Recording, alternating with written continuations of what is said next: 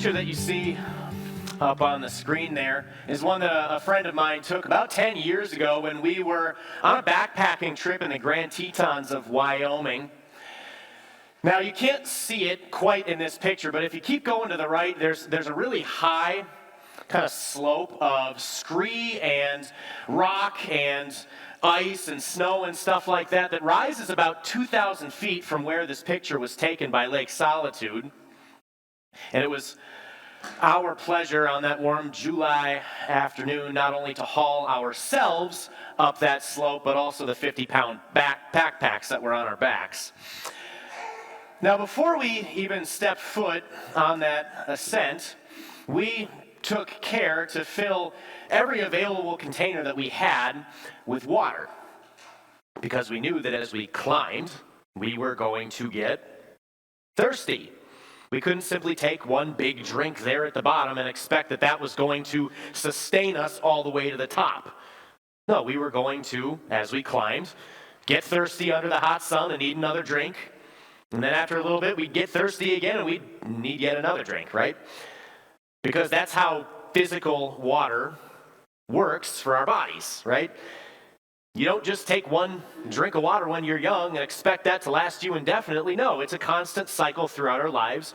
We take a drink, a little while later we get thirsty, and on and on and on that cycle goes, right? That's how water works.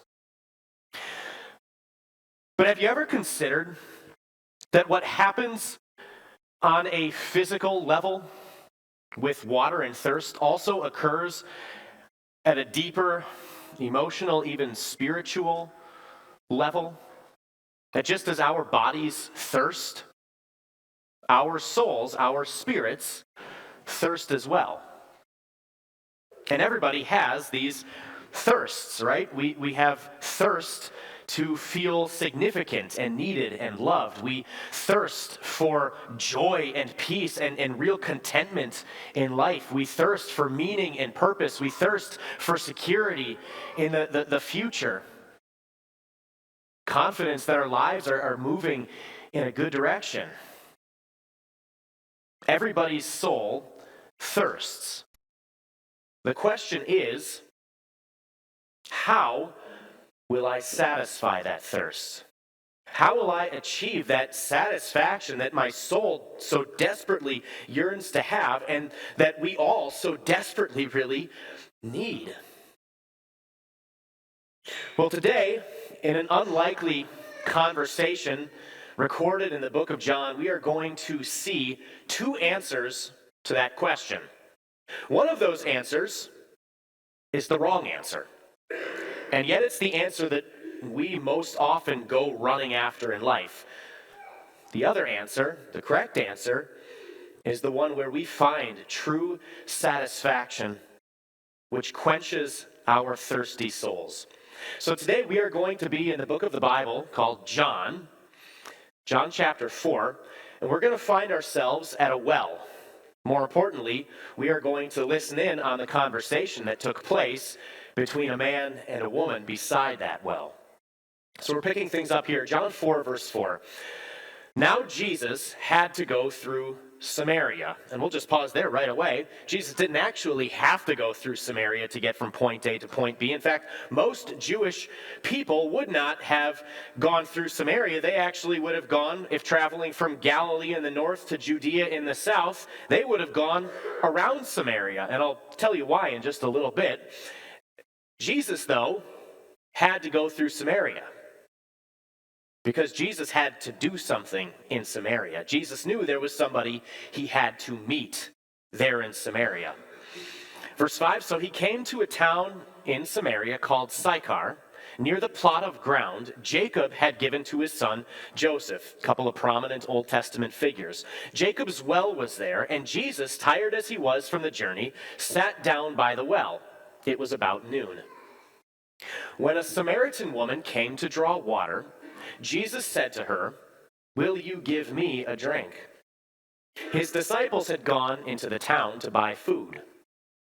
The Samaritan woman said to him, "You are a Jew, and I am a Samaritan woman. How can you ask me for a drink?" For Jews do not associate with Samaritans. Now, the fact that this conversation even happens at all is unlikely for a couple of reasons. First of all, Jesus is a man, and this Samaritan was a woman. And in that time and place, men and women simply did not have conversations out in public like this. It was considered improper, even scandalous to a degree. Secondly, and probably the bigger reason why this was such an unlikely conversation to take place is because of what you see there at the end of verse 9. The Jews did not associate with Samaritans. There's a lot of history involved in this. About a couple hundred years earlier, a few hundred years earlier, though, when the Babylonians conquered that entire area of the world, they took some of the Jews off into exile in Babylon, and yet they left many behind. They then started to intermarry with some imports that the Babylonians either brought in or people from the remnants of the Canaanite nations that were still around them. They started to intermarry so that their blood was not pure Israelite blood anymore. Those who then were of purer Jewish blood in places like Galilee and Judea looked down on the Samaritans for this. Even more so, though, they looked down on them for the fact that when all of this kind of happened, they also syncretized their worship of the true God with the worship of these other gods from these other nations around them. Okay? So the Jews of Galilee and Judea in Jesus' day would have looked down on the Samaritans as being both racially inferior and for being heretics, really. And so they were kind of a marginalized society, that ethnic group of people, kind of pushed to the outskirts. And yet as Jesus meets this Samaritan woman there at the well, we see that she actually, in this already marginalized society, was an outcast even within that system. Now, normally, when the women of town went to gather the water in their big stone jugs, they wouldn't do that during the middle of the day. They would go in groups out to the well, which usually stood at some place in the perimeter of the town. They would go out in these groups, and they would do this in the cool of the morning. And yet this Samaritan woman goes out there by herself during the hottest part of the day, when she knows that nobody else is going to be around. And we'll see the reason why for this in a little bit. Suffice it to say, though, that based on normal worldly relationships between people at that time, this conversation between a Jewish man and a Samaritan woman should not and would not have taken place. And yet, when Jesus enters into the picture, the normal relationships change. And so a conversation is exactly what happened. We'll move on and see more of that conversation. Verse 10, Jesus answered her, "If you knew the gift of God and who it is that asks you for a drink, you would have asked him, and he would have given you living water." "Sir," the woman said, "you have nothing to draw with, and the well is deep. Where can you get this living water? Are you greater than our father Jacob, who gave us the well and drank from it himself, as did also his sons and his livestock?" Jesus answered, "Everyone who drinks this water will be thirsty again. But whoever drinks the water I give them will never thirst. Indeed, the water I give them will become in them a spring of water welling up to eternal life." Now, in 21st century America, we kind of take our access to clean, drinkable water for granted, right? Just turn a knob and out it comes flowing from a faucet. In an arid culture, before modern plumbing, like that Middle East world that Jesus and this Samaritan woman lived in, though, life really revolved around the presence of water. If there was going to be a town, if you were going to live somewhere, you needed to make sure that you had access to either a stream, or you needed to make sure that you could sink a well and gather water from that.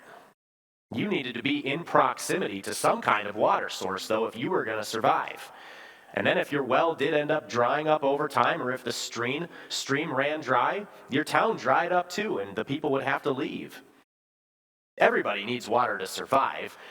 In Jesus' day, though, they simply understood that a little more deeply on an almost daily basis, right? And so the force of Jesus' illustration here would not have been lost on that woman. He's telling her, and this is our first key point today, that what he offers her is as necessary spiritually as water is physically. It's also important to consider the way that water works. Water is something which works when it is inside of us, right? You don't quench your thirst by taking a shower. You quench it when you grab that glass of water and you drink it down. Water gives life from the inside. So often, though, when we are seeking satisfaction for our souls, when we are seeking to quench the thirst of our souls, typically we go looking for it out there. Things that are in this world outside of ourselves, or even the things that I might be able to do with my own two hands. Right? The aspiring writer believes that true satisfaction is going to be found in selling the best-selling novel, right? The hopeless romantic believes that real satisfaction will be found in life when he finally meets Ms. Right and gets married. The actress believes that satisfaction will be had when they become an A-lister and a household name.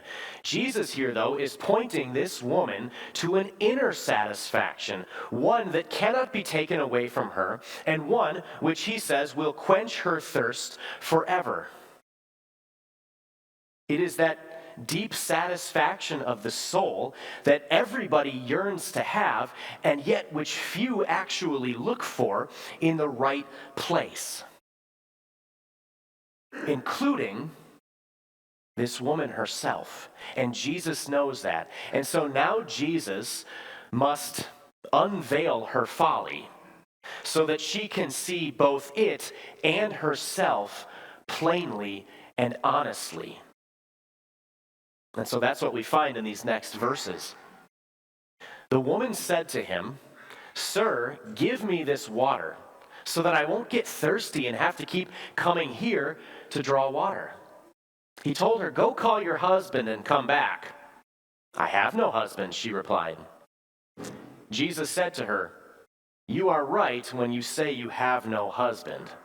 The fact is, you have had 5 husbands, and the man you now have is not your husband. What you have just said is quite true." Now the mask is off.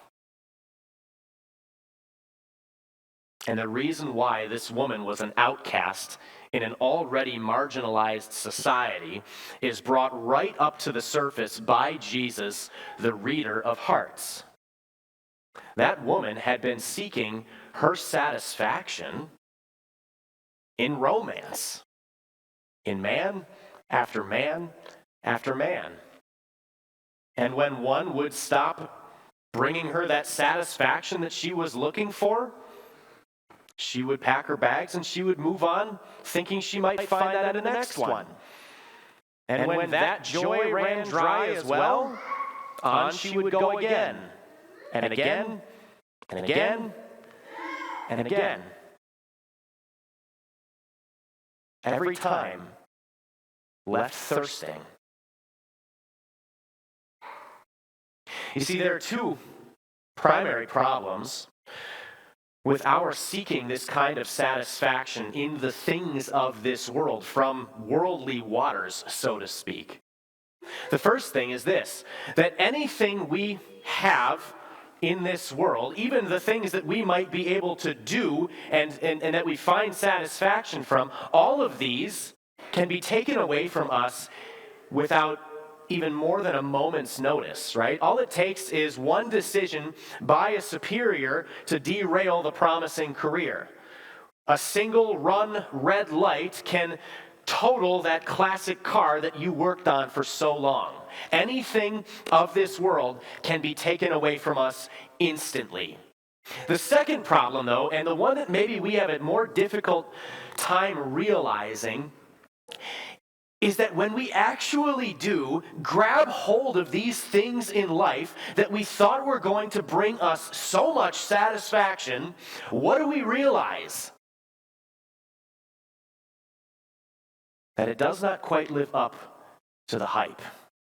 And that even if it does provide a season of satisfaction, it does not last long until we find ourselves thinking we need something else, and we go running after that all over again. I think of the late actor Philip Seymour Hoffman. He was a man who dedicated his life in the pursuit of becoming the greatest actor that he could. And he rose and he rose and he rose in the ranks of Hollywood. He earned accolade after award after honor until he literally reached the pinnacle of his profession for his work in the 2005 film Capote, when he earned the Best Male Actor of the Year award. And yet the satisfaction ran dry. And with nowhere else to turn in his mind, he fell into despair, and he ended up taking his own life via a massive drug overdose. And maybe you, too, can think of these times in your life when you grabbed hold of whatever it was that you thought was going to bring you so much satisfaction. The career advancement, the marriage, finally getting pregnant and having that family, whatever it was. The satisfaction might have lasted for a season, but ultimately left you running after something else in the end. Well, now it's time to take the mask off. I can't do it for you because I'm not Jesus and I can't read your heart. You can. So think honestly about this. What is it that you are running after, thinking that that is going to bring you peace and joy and true contentment in life? What milestone is it that you need to achieve? What accomplishment do you think you need to work with your two hands, which will finally bring you that satisfaction? Is it advancing in your company? Maybe even finding yourself on the board of directors someday? Perhaps for you, it's finding that soulmate, settling down, and that's where you're finally going to find your contentment. Maybe some of you simply think that if you just had enough money to pay off that stack of bills that's piling up on the kitchen table, if you could just get out of debt, you would finally have peace, real peace. Maybe you look to your moral performance, that if you could just finally win that struggle against the sin, if you could finally break that addiction that's had its hold over you for so long, that you would finally feel like you are significant and worth something. Jesus says that whatever it is of this world, whatever it is even that you yourself might bring to the table, whatever it is you are running after, it will not do for you what you think it will. It will leave you feeling thirsty all over again. And that's because, and this is our next key point today, the best that worldly water can ever give you is temporary satisfaction. King Solomon, a prominent figure of the Old Testament, later on in his life, he finally came to understand this. Though he was wealthy beyond imagination, though he had incredible power, and though by his own admission he indulged in every pleasure he could find and that he could think of, it left him feeling thirsty again and again and again. And so in Ecclesiastes 2 verse 11, Solomon said, "When I surveyed all that my hands had done and what I had toiled to achieve, everything was meaningless, a chasing after the wind. Nothing was gained under the sun." Feeling thirsty yet? There's actually something else that's going on here. something that is even a bit darker and more sinister than all that. And it has to do with worship. You see, typically when we think of worship, we think of what we do here at church. Singing the hymns, praying the prayers, trying not to fall asleep during the sermon. And that's part of worship. But it's really not the essence of worship. Worship really means to give your heart over to someone or something. All the rites and rituals in the world don't matter one little bit if the heart does not accompany them. God himself chastised the people of Israel for this in the Old Testament when he said, "These people come near to me with their mouth and honor me with their lips, but their hearts are far from me." All of those things that we mentioned earlier, significance, feeling loved and needed, joy, contentment, all of those different things, those satisfactions that we look for, God created us to find those things, not in the created things around us, not even in our own created selves, but to find them in Him, in our Creator. And so when we give our hearts over in the pursuit of all these other satisfactions, as we try to fill ourselves up with this worldly water, we are in fact worshiping those things as only God ought to be worshiped. We don't need to sing hymns and pray prayers and bow down to them. If that is where we are looking to fill up our hearts, it's worship. And so they will never do for you what you think they will, because none of them is God. And yet even more than that, as we run after all of these various satisfactions, we actually make outcasts of ourselves. You see, God demands the worship of our entire heart, of our whole lives. And so when we give our hearts to these things, we make outcasts of ourselves. And so we deserve to be outcasts because of our sin, because of our false worship, giving ourselves over to every imaginable idol. And yet God does not treat us like outcasts.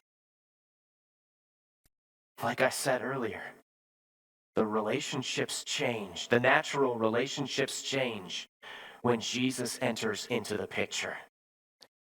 And we are going to see how this great change comes about as we finish up this conversation with Jesus and that woman at the well. "Sir," the woman said, "I can see that you are a prophet. Our ancestors worshipped on this mountain, but you Jews claim that the place where we must worship is in Jerusalem." "Woman," Jesus replied, "believe me, a time is coming when you will worship the Father neither on this mountain nor in Jerusalem. You Samaritans worship what you do not know. We worship what we do know, for salvation is from the Jews. Yet a time is coming, and has now come, when the true worshipers will worship the Father in the Spirit and in truth, for they are the kind of worshipers the Father seeks. God is Spirit, and his worshipers must worship in the Spirit and in truth." The woman said, "I know that Messiah, called Christ, is coming. When he comes, he will explain everything to us." Then Jesus declared, "I, the one speaking to you, I am he." That woman tries to shift the focus away from her moral failures by kind of putting it on the religious feud between the Samaritans and the Jews, but Jesus is not going to be led astray here. He brings that focus right back where it needs to be, right back on her own heart. Doesn't matter where you worship. What matters is that you worship God here. Again, she tries to misdirect. "Well, I know that when this Messiah comes, he's going to sort everything out for us." And that's when Jesus drops the hammer. "I, the one speaking to you, I am he. Now, this doesn't come across so well in our English translations, but Jesus does more here than simply say, yep, I'm the guy. A better translation of what Jesus says is something like this: I am is the one speaking to you. And in this, Jesus has just unmistakably claimed divine honor, authority, and personage for himself. You see, when we look in the Old Testament at the all capital letters word Lord, that was in Hebrew the name Yahweh. It was the name of God to the Israelites. Well, here at the beginning of where Jesus starts speaking in verse 26, he actually starts it off saying, Ego eimi, which is a direct translation into the Greek of the Hebrew name of God. Yahweh is the one speaking to you.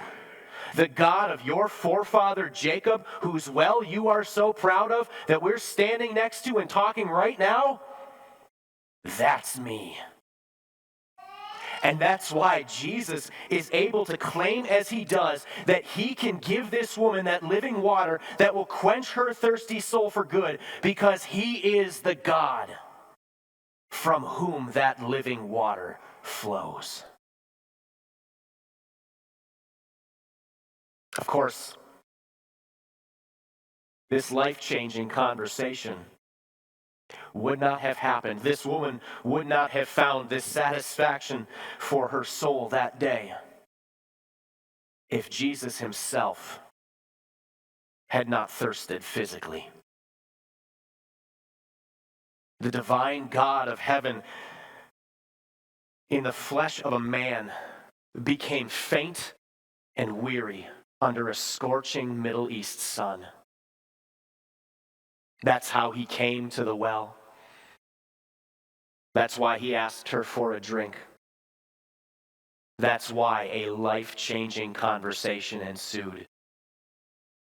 Jesus would see this woman's deepest thirsts met because he himself thirsted. This, though, was only a foretaste and a foreshadow of the great thirst that he would experience not too far down the road when he would go to his cross. In John 19, verse 28, one of the few things that Jesus actually says on the cross is this: I am thirsty. Yes, there was physical thirst involved in this, but the thirst ran so much deeper than that, because on that cross, Jesus took that deep thirst of my soul, that thirst created by sin, shutting me out from God's presence and cutting me off from that source of living water. Jesus took that on his own shoulders. There he suffered hell, being cut off from his Father, the source of his living water, for that woman, for you, and for me. He suffered agony like no one ever has or ever will, so that we could see the deepest thirsts of our souls quenched. And that's our final key point today. Your soul's thirst will be quenched for good only through Jesus. All of those other worldly satisfactions that we go running after, none of them can ever give you what you think they will, because none of them will ever die for your sins. And so at best, they can only ever be pseudo-saviors. They will promise you the world and leave you feeling empty all over again. Jesus brings that satisfaction because he can and does die for your sins. He sees those deepest thirsts of our lives met as he cancels that sin in his own death and then rises to life again so that we can be connected once more to our source of living water by restoring to us our relationship with God. So, brothers and sisters, drink up your living water. Find your satisfaction in Jesus, and you will never thirst again. Amen.